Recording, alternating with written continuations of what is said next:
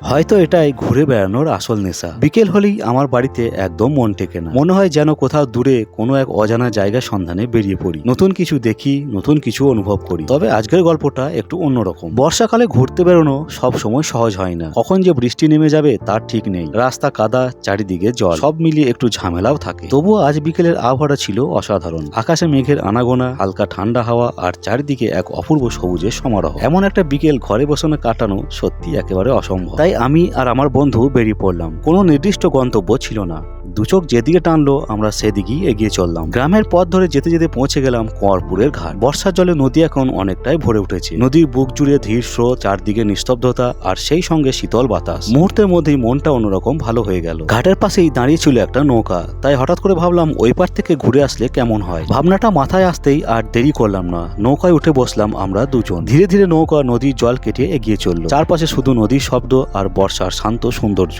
এমন মুহূর্ত সত্যি ভাষায় প্রকাশ করা খুবই কঠিন। এই নৌকো যাত্রা আমার বেশ ভালো লাগে। ধীর গতিতে এগিয়ে চলেছে ছোট্ট এই নৌকো। নদী পার হয়ে পৌঁছে গেলাম আরেকটি সুন্দর গ্রাম, নওপাড়া। গ্রামটি যেন বর্ষার রঙে নতুন করে সেজে উঠেছে। চারদিকে সবুজ গাছপালা, বিস্তীর্ণ সবজি ক্ষেত, কাঁচা রাস্তা, আর প্রকৃতির এক অনন্য শান্ত পরিবেশ। আজকের এই ছোট্ট সফরে এসে বুঝলাম নিজের আশেপাশেই এমন অনেক অজানা সুন্দর জায়গা লুকিয়ে আছে, যেগুলো আমরা ব্যস্ততার কারণে কখনোই দেখে উঠতে পারি না। আর আজকের এই বিকেলে নৌকা ভ্রমণ ভিডিওটা কেমন লাগলো সেটা কমেন্ট অবশ্যই জানাবেন।